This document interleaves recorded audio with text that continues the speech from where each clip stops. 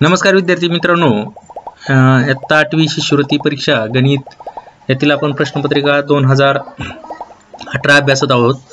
विद्यार्थी मित्रांनो, आपण हा तास ह्या प्रश्नावरचे तास घेतलेले होते, पण नेटवर्कचा प्रॉब्लेम असल्यामुळे आपल्याला हे व्हिडिओ व्यवस्थित बघता आलेले नाहीत. ठीक आहे, काही हरकत नाही. तरी सुद्धा तुमच्यासाठी आपण हा व्हिडिओ तयार करू आणि आपण त्या पद्धतीनं हा तास घेण्याचा प्रयत्न करूया. जर आपल्याला काही अडचणी असतील, शंका असतील, तरी सुद्धा तुम्ही व्हॉट्सअप करा आपल्याला किंवा व्हिडिओला कमेंट बॉक्समध्ये कमेंट करा. हा प्रश्न बघा, आपल्याला समजून घेता येईल. व केंद्र असलेल्या वर्तुळाचे क्षेत्रफळ 308 चौरस सेंटीमीटर आहे, तर रेखांकित केलेल्या अर्धवर्तुळाची परिमिती किती? आता रेखांकित हा शब्द सांगायची काही आवश्यकता नव्हती बघा.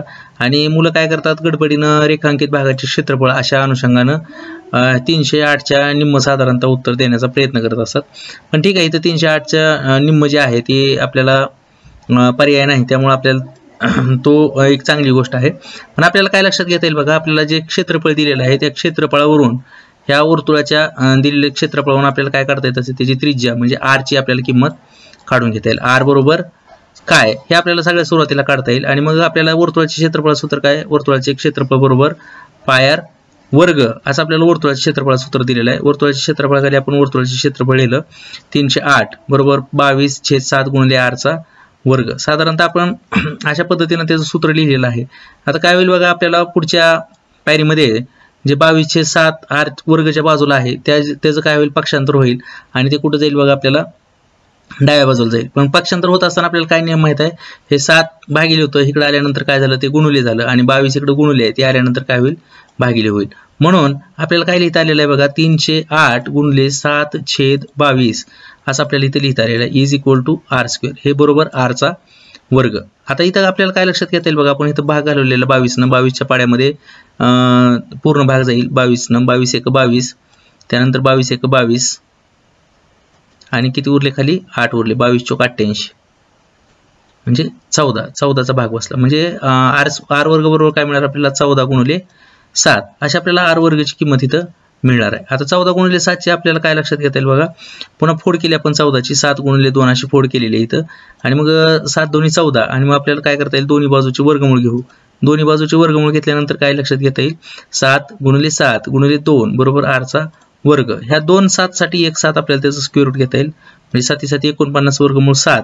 पण ह्या 2 चा तर वर्गमूळ निघत नाही, म्हणून आपण काय करत असतो बघा, त्या किमतीला आपण करणीचं चिन्ह टाकवत असतो आणि ते वर्गमूळासारखं आपल्याला दिसेल. म्हणजे हे 2चं वर्गमूळ झालं. जर एखाद्या संख्येचं वर्गमूळ निघत असेल तर आपण काय करतो, 7 असं लिहिलेलं असतं. पण जर वर्गमूळ निघत नसेल तर आपण त्याला काय करतो, करणी टाकतो. म्हणून r वर्गाचं वर्गमूळ इथं उजव्या बाजूला काय लिहिता आलेलं आपल्याला, r. म्हणून r बरोबर काय लिहिता येईल आपल्याला, 7 करणी इथं 2 असं आपल्याला r बरोबर लिहिता येईल. ठीक आहे विद्यार्थी मित्रांनो, आपल्याला बघा r ची किंमत मिळालेली आहे. r ची किंमत मिळाल्यानंतर आपल्याला काय करता येईल, वर्तुळाचा परिघ काढता येईल. आता वर्तुळाच्या परिघाचं सूत्र काय दिलेलं आहे किंवा आपल्याला काय माहित आहे, c बरोबर 2πr किंवा πd असं सुद्धा आपण लिहिलेलं आहे सूत्र. आपल्याकडे 2 सूत्र आपल्याकडे आहेत. एक πdचं पण सूत्र आहे. πd म्हणजे जर व्यास दिलेला असतं तर तो सूत्र वापरायचं आणि जर त्रिज्या दिलेली असेल तर हे सूत्र वापरायचं 2πr. त्या दोन्हीचा पण अर्थ एकच आहे. ठीक आहे विद्यार्थी मित्रांनो, काय हरकत नाही. आता आपल्याला थोडंसं समजून काय घ्यायचं बघा. आता इथं सूत्र वापरत असताना अर्ध वर्तुळ परिमितीचं सूत्र साधारणतः कसं वापरत असतो आपण. आता इथं जो दिलेला भाग आहे आपल्याला तर कसा दिलेला आहे बघा, अर्धी परिमिती दिलेली आहे. आपण आधीच्या तासाला पण एक्सप्लेन केलेलं होतं, पण ठीक आहे, आपण म्हणलेलं आहे की नेटवर्क प्रॉब्लेममुळे तो व्यवस्थित बघता आला नाही व्हिडिओ. तर हे अर्धवर्तुळाची परिमिती म्हणजे फक्त काय असते बघा, जी कडा आहे किंवा जे ही जी रिंग आहे ह्याचं माप असतं. पण आता हे निम्म केलं तर फक्त ही रिंगच निम्मी झाली, पण ही जी रेषा आहे ही रेषा त्याच्यामध्ये ऍड होणार नाही. म्हणून आपण नवीन सूत्र जे बनवलेलं असतं त्या नवीन सूत्राच्या ह्यानं काय आपल्याला लिहिता येईल बघा, आपल्याला लगेच ते बघता येईल. आपण वर्तुळ काढूया बघा, प्रयत्न करूया. आता ह्या येणाऱ्या माऊसनं काढतोय आपण. हे वर्तुळ आहे, हा निम्मा भाग आहे. आपण ज्यावेळेस 2πr/2 घेतोय त्यावेळेस आपल्याला काय मिळालं, हा निम्मा भाग मिळाला, कडीची निम्मी लांबी मिळाली. पण 2r केलं तर काय होईल बघा, हे वर्तुळ केंद्रापासूनची ही कडली त्रिज्या आणि ही त्रिज्या, 2 त्रिज्या आहे. वर्तुळाचा व्यास म्हणजेच 2 त्रिज्या असते आणि मग ही 3 त्रिज्या आपल्याला मिसळायला लागेल. म्हणून आपण काय केलं बघा, 2πr हे वर्तुळाचे पूर्ण परिमितीचं सूत्र आहे, त्यात निम्म केलं आणि मग हे 2 आणि 2 कॅन्सल झाले आणि काय राहिलं बघा, इथं πr अधिक 2r. ज्यावेळेस इथं πr अधिक 2r राहिलेलं आहे त्यातनं आपल्याला काय, पुन्हा r कॉमन घेतलं, आपण बाहेर घेतलं आणि कंसात काय राहिलं, π अधिक 2 म्हणजे 22/7 अधिक 22/7 अधिक 2. तर साधारणतः अशी किंमत आपल्याला इथं राहिलेली दिसून येते मल्टिपल बाय आर. मग आपल्याला काय करता येईल, इथं छेद सारखा करण्यासाठी आपण इथं 7 न गुणलं आणि इथं किती आहे, छेद 1 आहे, म्हणजे इथं छेद 7 होण्यासाठी आपल्याला इथं 7 न गुणावं लागेल. म्हणून इथं काय झालं बघा, इथं 1 न गुणावं लागेल. आपल्याला जनरली माहीत असतं ते 22 1 22 आणि 7 2 14. म्हणून आपल्याला पुढच्या पायरीत काय लिहिता आलं बघा, 22 अधिक 14 छेद 7. इथे लिहिले आपण 22 अधिक 14 छेद 7 गुणिले आर. म्हणजेच आपल्याला अशा पद्धतीने लिहिता आलेलं आहे. आता इथं आपल्याला काय लिहिता येईल बघा, 22 अधिक 14 छेद 7 आणि मग ह्या दोघांची बेरीज केल्यानंतर 22 आणि 14 36 36 छेद 7 गुणिले आर. मग पुन्हा हे 7 आणि 7 कॅन्सल झालं आणि फायनली आपल्याला आन्सर काय मिळालं, 36 कर्णित 2. म्हणजे 36 कर्णित 2 काय झालं, अर्धवर्तुळाचा परिघ झाला. आपण चौकोन असेल तर परिमिती म्हणतो आणि वर्तुळ असेल तर त्याला आपण परिघ म्हणलेलं आहे. तर ठीक आहे विद्यार्थी मित्रांनो, आपल्याला पर्यायामध्ये बघता येईल. हा पर्याय आपल्याला किती दिलेला होता बघा, पर्याय क्रमांक 4 असा दिलेला होता, 36 कर्णित 2.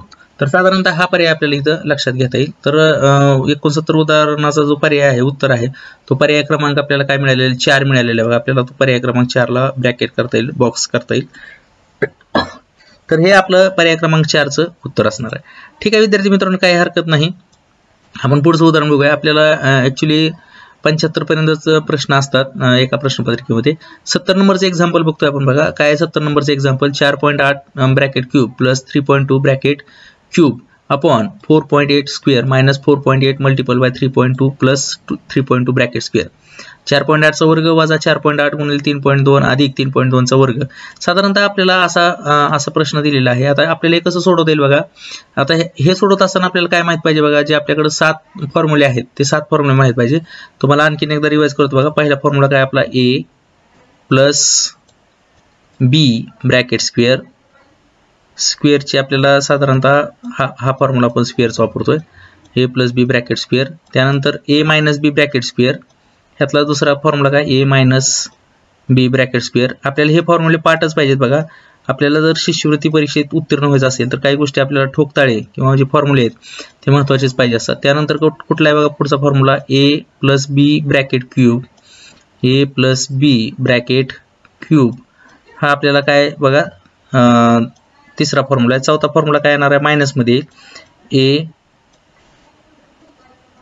मायनस बी ब्रॅकेट क्यूब हा तिसरा फॉर्म्युला झाला, चौथा फॉर्म्युला झाला. पाचवा फॉर्म्युला काय बघा, ए क्यूब. आता हे ब्रॅकेटच्या बाहेरचं आहे, लक्षात घ्यायचं आहे, प्लस बी क्यूब हा पाचवा फॉर्म्युला झाला आपल्यासाठी, ए क्यूब प्लस बी क्यूब. त्यानंतर सहावा फॉर्म्युला काय येईल, मायनससाठी येईल. सहावा फॉर्म्युला ए क्यूब मायनस बी क्यूब, ए क्यूब मायनस बी क्यूब. आणि सातवा फॉर्म्युला काय आहे बघा ह्यातला एक्सपान्शनचा, ए स्क्वेअर मायनस बी स्क्वेअर. तर साधारणतः हे 7 फॉर्म्युले असतात आणि ह्या 7 फॉर्म्युलेचं जे शॉर्टकटवरून आपल्याला काही एक्झाम्पल असतात ते आपल्याला विचारलेले असतात. आता इथं जे आपल्याला फॉर्म्युला यूज करायचा आहे तो हा 5 नंबरचा फॉर्म्युला आपल्याला यूज करायचा आहे. काय बघा, A cube plus B cube इथे दिसते, पहिल्या पदाचा घन अधिक दुसऱ्या पदाचा घन. हे आपल्याला माहिती असावं म्हणून आपण हे आणखीन एकदा सांगितलेलं आहे. हे 7 फॉर्म्युले जर आपल्याकडे पाठ नसतील, माहीत नसतील तर कृपया तुम्हाला म्हणजे हार्टली रिक्वेस्ट आहे की तुम्ही ते फॉर्म्युले पाठ करा. तुमचे 100% 4 ते 6 मार्क तुम्हाला त्याच्यावरचे असतात कंपल्सरी, ते मिळून जातील. ठीक आहे, आपण एका मार्काचा विचार करत असतो स्कॉलरशिपमध्ये, आपल्याला त्याचा फायदा होत असतो. आता आपण काय लिहिले बघा, 4.8 चा घन अधिक 3.2 चा घन म्हणजे पहिल्या पदाचा घन अधिक दुसऱ्या पदाचा घन. ज्यावेळेस असं उदाहरण असतं त्यावेळेस आपण काय करतो बघा, ए अधिक बी म्हणजे आपण बाकीचे फॉर्म्युले तुम्ही बघा 8वीच्या पुस्तकात आहेत एक्सपान्शनच्या फॉर्म्युल्यामध्ये, A cube plus B cube त्याचे एक्सपान्शन आपल्याला काय लिहिता येईल बघा, A cube plus B cube is equal to in first bracket A plus B. जो जसं आहे तसं आपण तीच किंमत इथे लिहिलेली असते. मागच्या उदाहरणात आपल्याला योग्य एक्सपान्शन काय आहे असं विचारलेलं होतं बघा, आपण ह्याच प्रश्नपत्रिकेत विचारलेलं होतं. काय हरकत नाही, तर आपण तो सुद्धा व्हिडिओ बघितलेला नसेल तर बघा तो. त्यानंतर ए स्क्वेअर तुम्हाला डिस्क्रिप्शनमध्ये मी जी प्लेलिस्ट आहे म्हणजे इयत्ता 8वीचे जे सगळे व्हिडिओ आहेत ना, ते सगळे व्हिडिओ तुम्हाला प्लेलिस्टची जी लिंक आहे ती मी तुम्हाला डिस्क्रिप्शनमध्ये देईल. जिथं आपलं व्हिडिओचं नाव असतं ना तिथं तुम्ही क्लिक केल्यानंतर खाली तुम्हाला डिस्क्रिप्शन दिसेल. तुम्ही स्क्रोल केल्यानंतर तुम्हाला तिथे लिंक येईल, तुम्ही त्या लिंकला क्लिक करा आणि बाकीचे जे जुने व्हिडिओ आहेत ते बघण्याचा प्रयत्न करा. त्या व्हिडिओमधल्या जरी काही शंका असतील तर तुम्ही मला कमेंट करा, मी तुम्हाला त्याचं उत्तर देण्याचा प्रयत्न करेन. In first bracket A plus b and in the second bracket a square minus a b minus AB plus B square. This is the expansion formula. आपल्याला हे फॉर्म्युले माहित असणं कंपल्सरीच आहे, माहित असलेच पाहिजे तरच तुम्हाला लवकर उदाहरण सुटणार आहेत. आणि मग आपण असं लिहिलेलं आहे, याचा अर्थ काय करायचं, ए घन अधिक बी घन असेल म्हणजे पहिल्या पदाचा घन आणि दुसऱ्या पदाचा जर घन असेल त्यांची बेरीज असेल तर आपल्याला काय करावं लागतं, बाय डिफॉल्ट पहिल्या ब्रॅकेटमध्ये काय लिहायचं असतं, पहिले पद ॲज इट इज म्हणजे ए इथं जसं लिहिलं तसं 4.8 इथं लिहिलं आहे आपण, प्लस 3.2 म्हणजे प्लस 3.2 पण इथं लिहिलेलं आहे. त्यानंतर दुसऱ्या कंसात काय करतो, पहिल्या पदाचा वर्ग वजा, इथं अधिक असेल इथं वजा येणार, इथं वजा असेल इथं अधिक येणार. एवढंच फक्त फरक आहे ए घन अधिक बी घन आणि ए घन वजा बी घन मध्ये. म्हणजे जर अधिक असेल तर पहिला ब्रॅकेट कंपल्सरी अधिकचा पाहिजे, वजा असेल तर पहिला ब्रॅकेट कंपल्सरी वजाचा पाहिजे. इथं अधिक असेल तर इथं वजा येईल, इथं वजा असेल तर इथं अधिक येईल. एवढा साधा सिंपल फरक आहे आपल्याला लक्षात ठेवायचा. ए इंटू बी म्हणजे पहिले पद गुणिले दुसरे पद अधिक दुसऱ्या पदाचा वर्ग. स्क्वेअर नेव्हर बी निगेटिव्ह, वर्ग कधीच निगेटिव्ह नसतो, त्यामुळे इथला निगेटिव्ह किंमत कधी येणार नाही, इथली निगेटिव्ह किंमत कधीच येणार नाही. हे आपल्याला लक्षात इथे घेता येईल.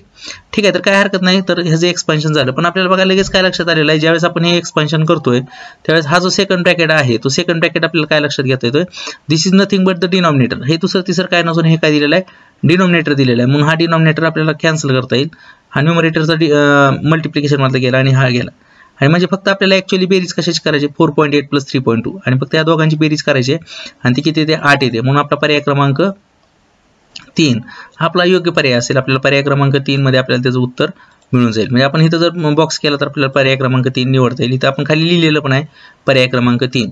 ठीक आहे विद्यार्थी मित्रांनो, ह्यातली जरी काय अडचण आली असेल ना तरी तुम्ही मला कमेंट बॉक्समध्ये कमेंट करू शकता, तुम्हाला सोडून देण्याचा प्रयत्न करेन. किंवा जर तुम्ही व्हॉट्सअप ग्रुपवर असाल तर व्हॉट्सअप ग्रुपमध्ये सुद्धा तुम्ही मला पर्सनली पाठवू शकता. व्हॉट्सअप ग्रुपची सुद्धा जी लिंक आहे मी तुम्हाला ग्रुपवर व्हिडिओमध्ये व्हिडिओमध्ये देण्याचा प्रयत्न करतो. तुम्ही ते ग्रुप डिस्क्रिप्शनमध्ये गेला तर तुम्हाला ती लिंक पण मिळून जाईल. ठीक आहे, पुढचा प्रश्न बघा आपल्याला काय लक्षात घेता येईल. पुढचा प्रश्न दिलेला आहे, संख्या रेषेवर पी या बिंदूचा निर्देशक 4/7 आहे, पी व क्यू या बिंदूमधील अंतर 9/7 आहे, तर क्यू चा निर्देशक किती. 2 अचूक पर्याय निवडा असं सांगितलेलं आहे. ज्यावेळेस 2 अचूक पर्याय निवडा त्यावेळेस आपल्याला लक्षात घेता येईल. बघा संख्या रेषा आपल्याला माहित पाहिजे. संख्या रेषा आपण इथं बघतोय, थोडंसं आणखीन व्यवस्थित संख्या रेषा काढण्याचा प्रयत्न करू आपण.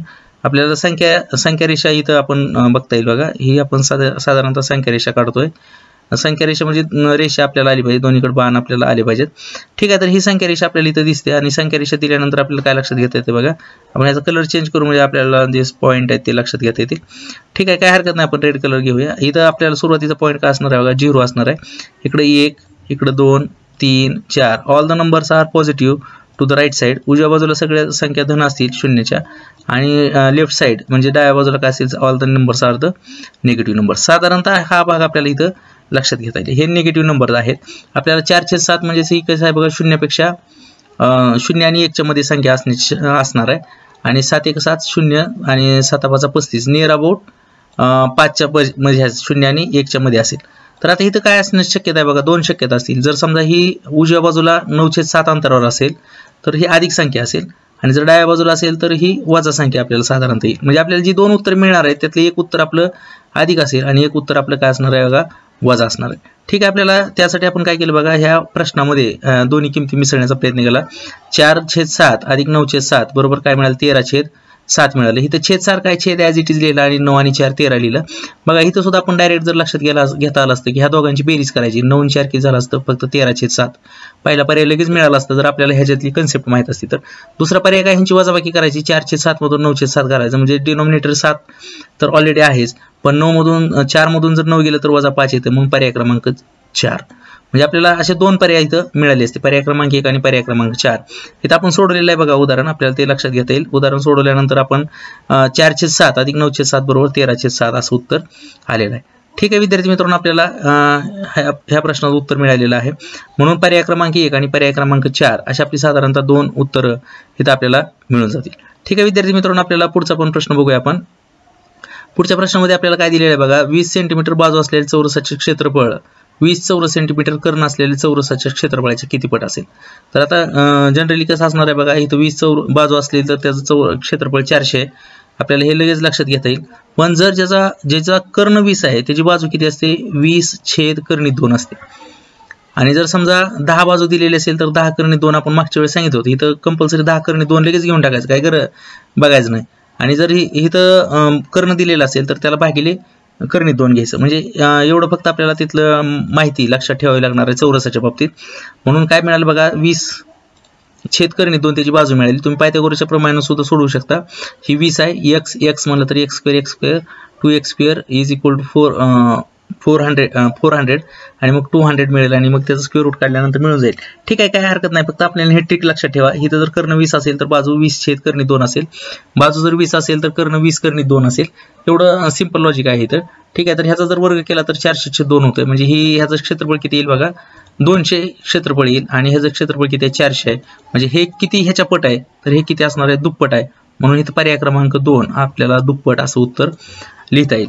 तर ठीक आहे विद्यार्थी मित्रांनो, आपण हे जिओजेब्रावर पण उदाहरण सोडवण्याचा प्रयत्न केलेला होता की जिओजेब्रामध्ये पण आपल्याला हे कसं दिसेल. आपण थोडंसं जिओजेब्रामध्ये हे उदाहरण घेण्याचा प्रयत्न करूया. बघा, आपल्याला लक्षात घेता येईल. आपण दुसरं एक एक्झाम्पल ऑलरेडी सोडवलेलं होतं. ठीक आहे, तर आपण जिओजेब्रामध्ये बघूया हे उदाहरण आपल्याला कसं सोडवता येईल.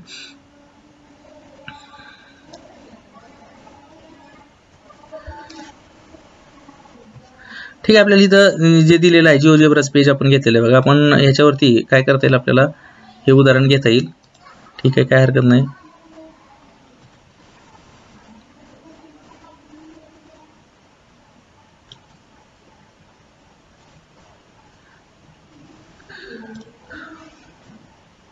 ठीक आहे, हे उदाहरण बघूया आपण. आपल्याला काय बघायचं बघा, 20 चौरस सेंटीमीटरचं उदाहरण हे घ्यायचंय. आपण 20चं ॲडजस्टमेंट करूया इथं मेजरमेंटमध्ये. आपण जसा आलेख बारीक करायला जाईल तसा तो स्क्वेअर आपल्याला बारीक मिळून जाईल. आता 20चा मेजरमेंट साधारणतः आलेला आहे. आता जर 20चं मेजरमेंट आहे म्हणले तर आपल्याला काय करता येईल बघा, ह्याचा स्क्वेअर काढून घेता येईल. पॉलिनॉमियल आपण काढून घेऊया. 20 बाजू असलेला, म्हणून आपल्याला इथं कसं क्लिक करता येईल बघा. 20 पहिला बिंदू घेतला A B. आता इथं प्रत्येकाची बाजू 20 आपल्याला दिसून येईल. बघा, एक आपल्याला माहिती असावी, एक एक्स्ट्रा नॉलेज म्हणून आपण हे घेतोय. ऍक्च्युअली तुमच्या लक्षात आलेलं असेल तरी पण आपल्याला ॲनिमेशन मधनं बघता येईल. हे काय झालेलं आहे, स्क्वेअर ABCD झालेला आहे, हॅव्हिंग द साइड्स 20 असं आपल्याला स्क्वेअर मिळालेला आहे. आपल्याला ह्याचा एरिया लगेच काढता येत असं. बघा, आपल्याला एरियावरती क्लिक केलं आणि इथं क्लिक केलं की आपल्याला एरिया मिळून जाईल. लगेच आला बघा, तो 400 आलेला आहे. हे आपल्याला जिओजेब्राचं सॉफ्टवेअर म्हणतो आपण त्याला. ठीक आहे, तर काय हरकत नाही, आपल्याला एरिया ह्याचा 400 मिळून आलेला आहे. ठीक आहे, तर आपल्याला दुसरा जो एरिया आहे किंवा दुसरं जे उदाहरण होतं आपल्याला दिलेलं ते उदाहरण बघूया की ज्याचा जो डायगोनल आहे तो डायगोनल किती पाहिजे, आपल्याला 20 पाहिजे. आपण सेगमेंट जी घेणार आहोत का, ती सेगमेंट विथ गिव्हन लेंथ घेणार आहोत. म्हणजे ती किंमत बदलणार नाही. हे जसं आपण हाताने ड्रॉ केलं तसं आता इथं आपल्याला हाताने ड्रॉ करायची आवश्यकता नाही. आपल्याला किती घ्यायची बघा, 20 घ्यायची. तर आपण 20 एककची घेतलेली आहे. तर आता ही सेगमेंट आहे, आपल्याला काय करता येईल बघा, ह्याच्यावरती आपल्याला चौकोन तयार करायचा. म्हणून आपण हे काय करूया, आता ही आपण कशी जरी रोटेट केली तर ह्याची लांबी बदलणार नाही.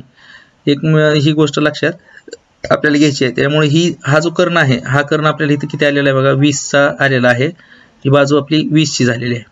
आता हे 20 घेत असताना आपल्याला काय लक्षात घेता येईल बघा, हे 20 झाल्यानंतर आपल्याला आता स्क्वेअर काढायचं. म्हणजे जे बाकीच्या ज्या बाजू आहेत ना ते आपल्याला सारखे आले पाहिजे. आता हे 20 काढत असताना त्या स्क्वेअर मध्ये बरोबर ऍडजस्ट झालं पाहिजे. आता इथे किती आहे बघा, 12.5 आलेला आहे साधारणतः. आणि वरचं पण 10 आणि 2 12 आलेलं आहे आणि हे पण 12 आलेलं. ठीक आहे, काय हरकत नाही. नियर अबाउट आपल्याला किंमत मिळून जाईल आणि मग आपल्याला इथं पॉलिगॉन काढता येईल. पॉलिगॉन काढत असताना हा कर्णाचा आपल्याला इथं उपयोग आपल्याला करून घेता येईल. हा कर्ण आपल्याला इथं ऍडजस्ट झाला पाहिजे. ठीक आहे, थोडंफार फरक पडणार आहे बघा, 1-2 ह्याचा फरक पडतो कारण रूट 2 ची किंमत ही जी आहे ना ती थोडीशी वेगळी आहे. म्हणून आपल्याला हा स्क्वेअर आपण तयार केला ज्याचा कर्ण 20 आहे. आणि मग आपल्याला ह्याचा एरिया पण बघता येईल बघा. इथे एरिया ह्याचा किती येईल, साधारणतः नियर अबाउट 200 बघा, 200.36 म्हणजे अप्रॉक्सिमेटली आपलं इतकं बरोबर आलेलं आहे. आता हे किती झालं, 400 आणि हे किती झालं, 200 झालं. तर म्हणून आपल्याला काय लक्षात घेता येईल बघा, जिओजेब्राच्या सहाय्यानं सुद्धा आपण बघितलं ॲनिमेशनच्या सहाय्यानं. तर आपल्याला हा भाग लक्षात घेता येईल. आपण हे दुप्पट असतं पण आपल्याला साधारणतः फॉर्म्युल्याने हे सोडवता येईल. आपल्याला फक्त माहिती असावं की बाबा हे असं सुद्धा आपल्याला समजून घेता येईल. ठीक आहे विद्यार्थी मित्रांनो, काय हरकत नाही. आपल्याला पुढचा प्रश्न बघता येईल. ठीक आहे विद्यार्थी मित्रांनो, आपण पुढील उदाहरण अभ्यासूया. 2 वस्तू प्रत्येकी 1485 रुपयास विकल्याने एका व्यवहारात 10% तोटा व दुसऱ्या व्यवहारात 10% नफा होतो. तर एकंदरीत या व्यवहारात किती टक्के नफा अगर किती टक्के तोटा होईल. विद्यार्थी मित्रांनो, हे उदाहरण बघितल्या आपल्याला असं वाटतं की ह्या व्यवहारात नफा अगर तोटा होणार नाही.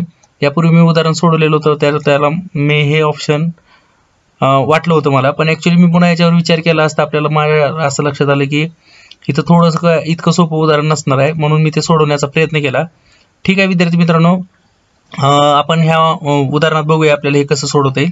थोडंसं आपल्याला हे फसवण्यासाठी उदाहरण असं दिलेलं आहे. आपल्याला लगेच असं वाटतं की हेच पर्याय आहे, पण सगळ्यात सुरुवातीला तुम्हाला सांगतो की हा पर्याय ह्या प्रश्नाचं उत्तर नाही आहे. मग काय उत्तर आहे आपण बघूया. बघा, 10% तोटा झालेल्या वस्तूची खरेदी किंमत आपण ₹X मानू. म्हणून आपल्याला काय लिहिता येईल बघा, खरेदी किंमत आपली किती आहे, ₹X आहे. त्यावेळेस आपण ती विकली कितीला, ₹1485. मग वर X लिहिलं, खाली 1485 लिहिलं. As like this compare to 100, 100ला कम्पेअर केलं, त्याची समजा ₹100 जर खरेदी किंमत असती तर आपण ती कितीला विकली असती बघा, 10% तोटा घेऊन ₹90 विकली असती. म्हणून जसं इकडे X/1485 केलंय, बरोबर 100/90 आपल्याला करता येत असतं. म्हणजे हे त्रैराशिक आपल्याला मांडता आलं पाहिजे. आणि मग आपण ते त्रैराशिक मांडल्यानंतर काय लक्षात घेता बघा, X बरोबर 100/90 गुणिले 1485.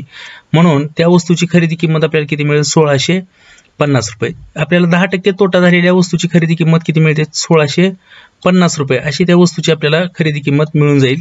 त्यानंतर आपल्याला काय लक्षात घेता येईल बघा, 10% नफा झालेल्या वस्तूची खरेदी किंमत आपल्याला काढता येईल. आता जसं आपण इथं सोडवलं अगदी सेम तसंच करायचं आहे. आपण सुरुवातीला त्याची Y मांडली किंमत आपल्याला समजून घेण्यासाठी, आणि Y/1485 म्हणजे त्याची खरेदी किंमत Y होती.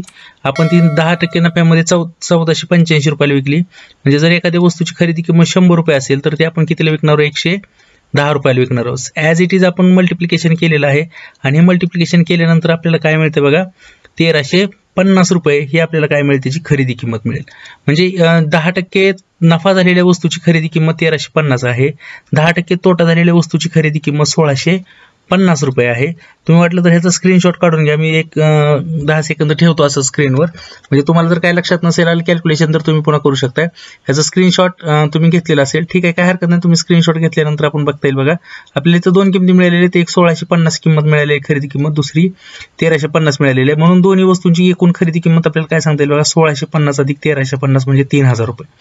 आपल्याला इथं ह्या दोन वस्तूंची खरेदी किंमत किती मिळते, ₹3000 मिळते. मग ह्या दोन वस्तू विक्री करून आपल्याला किती पैसे मिळतात बघा, तर ह्या दोन वस्तूची विक्री केल्यानंतर पहिल्यांदा 1485 मिळतात, पण 1485 मिळतात, आणि आपल्याला दोन्हीची किंमत मिळून किती झाली, ₹2970. साधारणतः आपल्याला ₹2970 विक्री करून मिळतात, आणि खरेदी आपली होती ₹3000.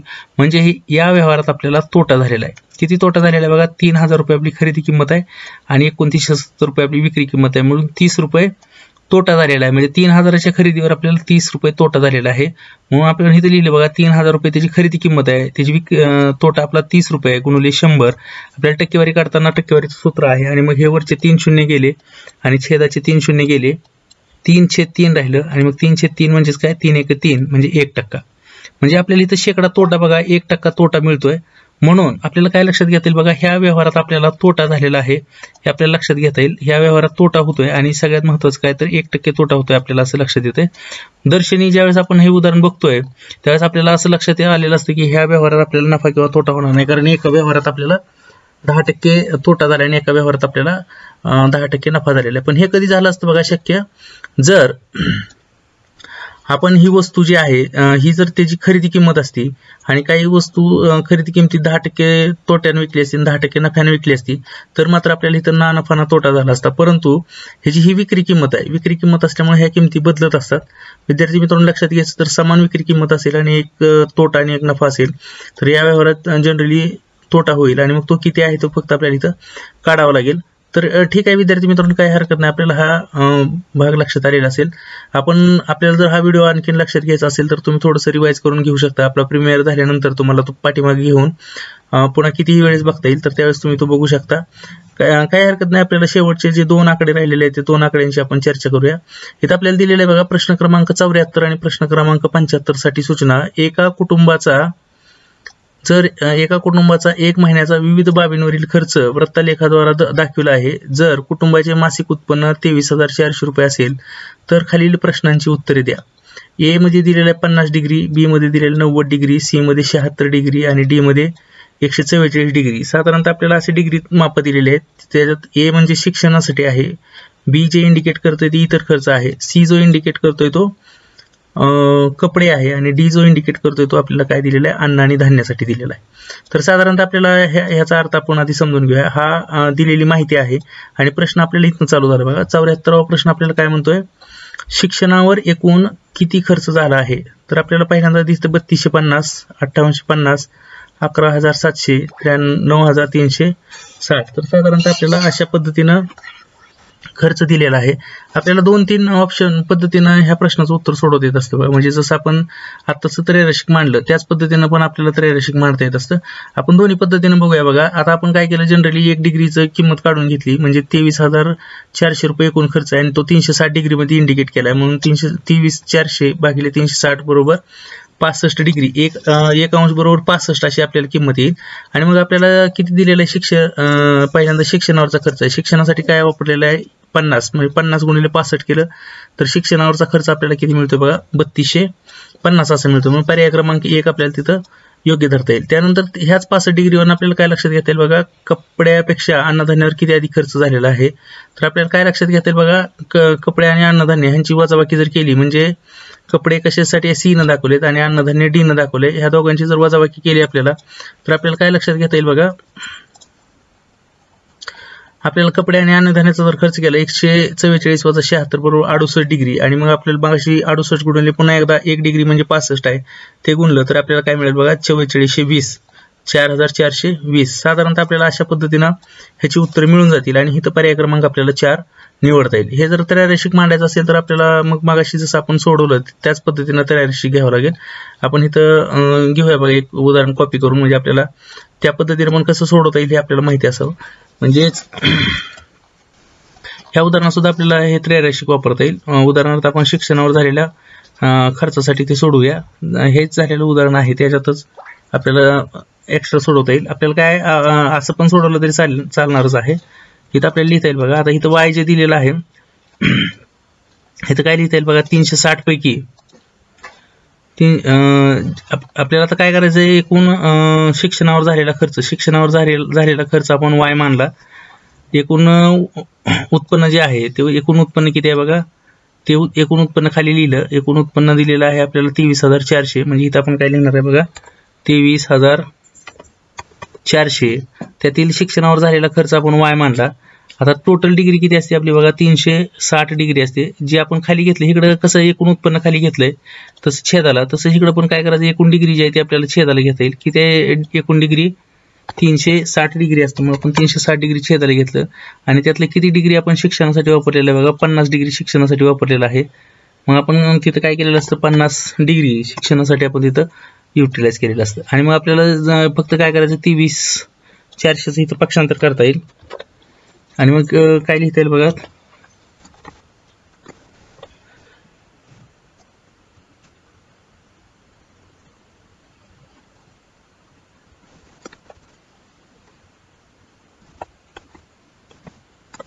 ठीक आहे. आपल्याला इथं थोडं कॉपी झालं नाही व्यवस्थित, इथं कॉपी केलं आपण आणि आपल्याला काय करता येईल बघा,